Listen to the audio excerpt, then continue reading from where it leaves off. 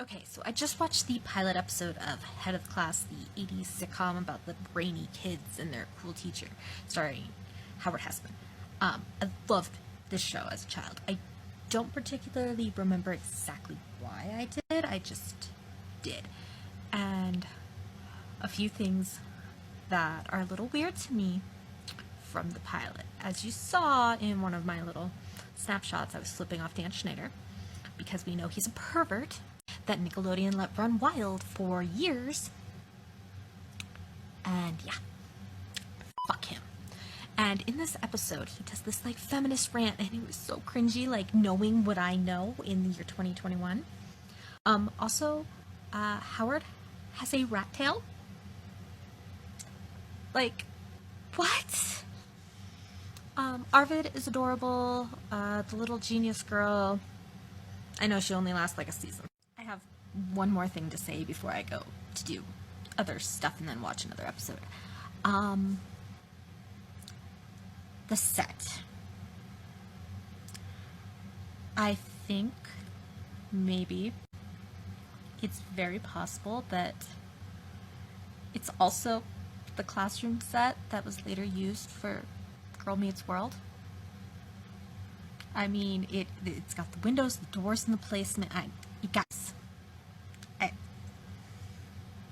the hallway is very similar. Oh my god, I am convinced now that this and the Girl Meets World set are the same because they're so close. And I mean like OG Girl Meets World. Okay, so I just finished the second episode of Head of Class. Sarah shows up, and she's like the super like cheerful little African American girl.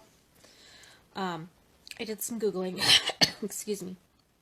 Janice is actually around for like multiple seasons. I thought it was like only one.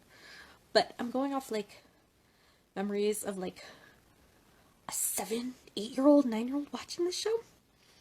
I did have another little thought, and that is Corey Matthews on Girl Meets World. His teaching style is very similar to Mr. Moore on Head of the Class. The way he weaves in life events of the kids and like what they need to be learning. So, yeah, I was like half expecting Belgium to show up. Okay, episode 5 of Head of the Class for real this time. They are doing presentations and they're in like duos. And Arvid is paired up with Janice, and she's 10 years old. She is a genius. Imagine a female young Sheldon. Yeah. She is just anxious and she knows everything, and it's driving the others crazy. Because, you know, the others are like 16, 15, 17 kind of thing, and, you know, while most of them are like kind of hyper focused on their education, they still have some interests outside of school. But while they're listening to like Bruce Springsteen and Debbie Gibson or whatever, she's listening to Mr. Sandman, which I think was sung by the Chipettes or something in this. Oh my gosh. So Janice is feeling completely left out of everything. They're always kind of just like, ugh, Janice kind of deal. And so she, after a heart-to-heart with Mr. Moore, decides to throw a party. Meanwhile, Mr. Moore has this date with this hot, like, model he met at an art gallery. And he's like, yeah, we'll go out this Saturday, it'll be great, we'll go to this fancy, expensive restaurant he cannot afford. But he has already told Janice he will go to her party that she's throwing, and he, like, tells the class they have to go. He's like, you guys gotta do this. Like, if you guys are as mature as you think you are, you've gotta do this and go to this party. Oh my god, this party. She had, like, rat noses for them to wear, and like Smurf and Snoopy cups. It was hard to watch. But they eventually all had fun.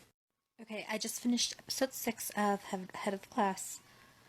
The old teacher is supposed to be coming back, according to the principal, and he just keeps dropping in on the class, like, every day that Mr. Moore's trying to teach. And imagine, like, Ifini was dropping in on Corey Matthews, like, all the time, and being like, what is going on? But then it's like he approves of the teaching style so that Mr. Moore gets to obviously keep the class. The principal's not. And then he went and did some other stuff away. Like, he did that show with Jenny Garth and Amanda Bynes, What I Like About You.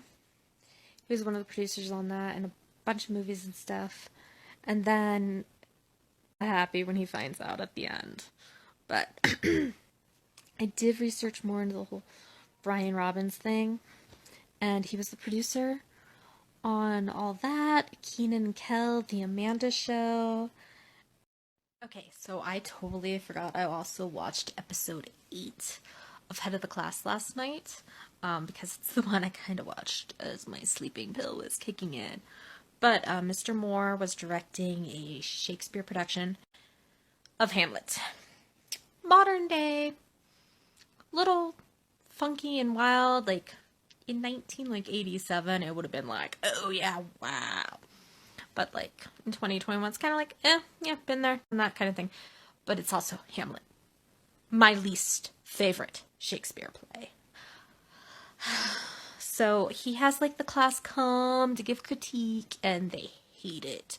They're like, why can't you just do Hamlet like the way it was written? And you know, he kind of like thinks about it, but in the end he decides to just go for the vision he has, because that's what he has always wanted to do with Hamlet, and that was pretty cool. Okay, episode 9 of Head of the Class. I almost said Who's the Boss. It's a couple days before Thanksgiving, so you know, Alan's all like, we already know about Thanksgiving, we memorized that in the first grade. Mr. Moore's like, yeah. He tells them some story about like the Virginia settlement, like bribing the ship captain of the Mayflower to get off course because they didn't want the Pilgrims there. And Jawal Hall, and I know I'm pronouncing that wrong, I'm trying.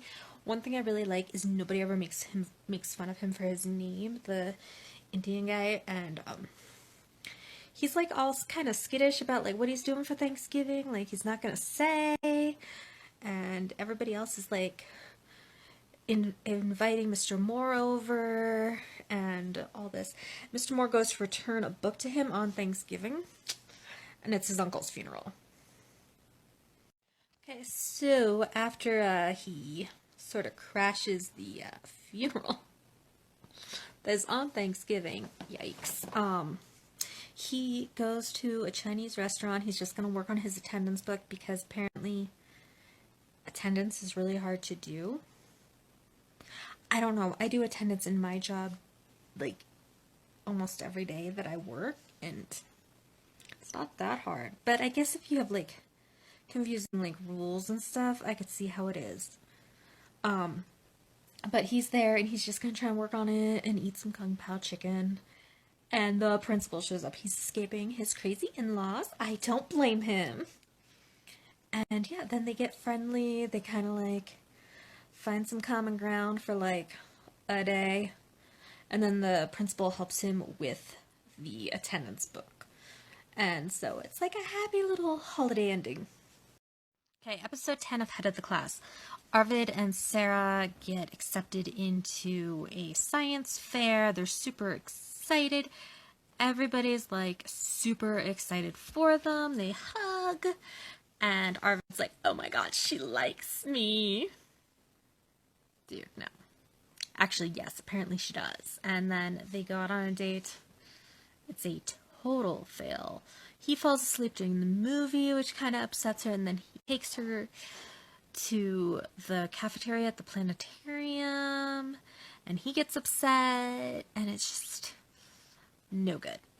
And so then they have to try and like make up and get things back on track for the competition, and the rest of the class is like, oh, what's happening, you guys? If you fail, we fail, and oh, woe is me.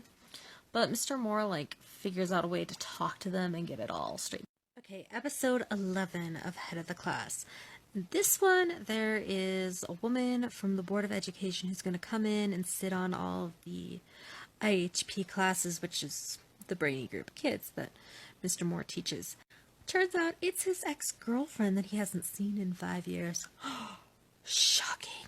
Of course, the principal wants him to try and, like, flirt his way into, like, keeping the program or something.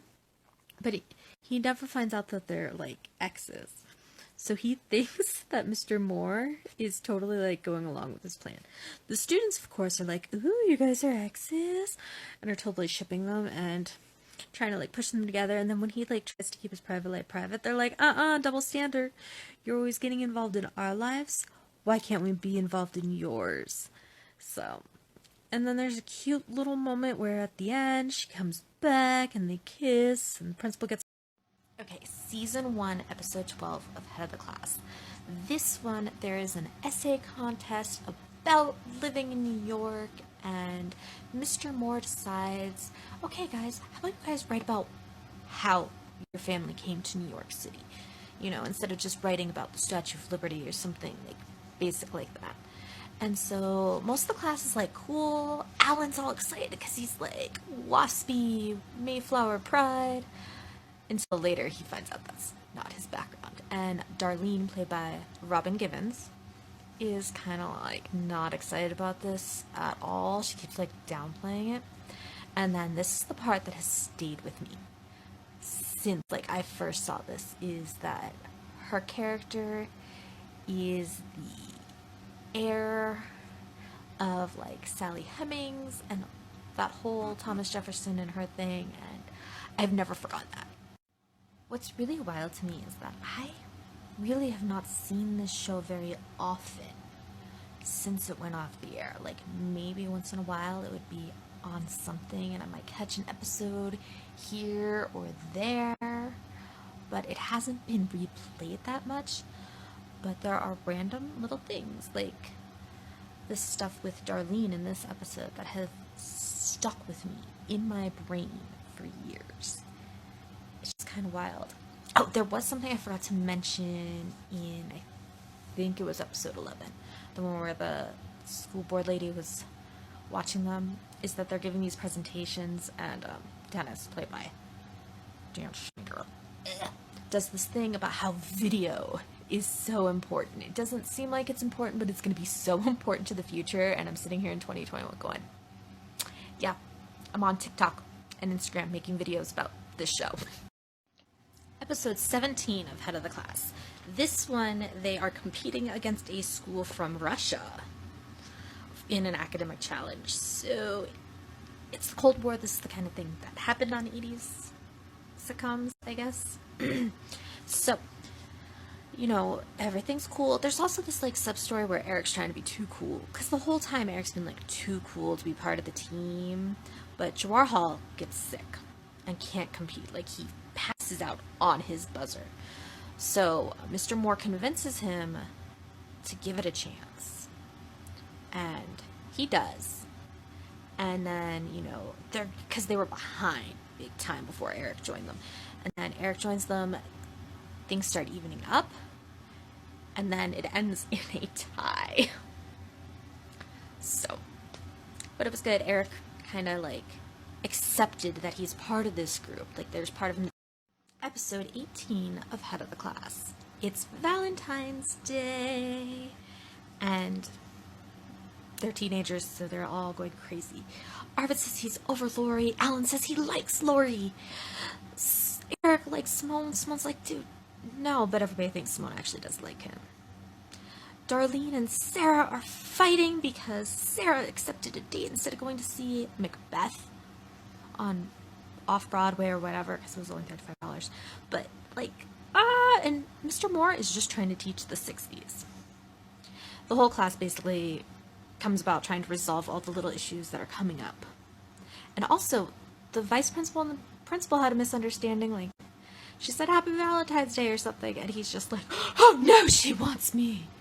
And it's just completely ridiculous. Oh, and Mr. Moore is trying to buy a 65 Mustang, but he doesn't have the money. And the kids are like, dude, you can't afford that.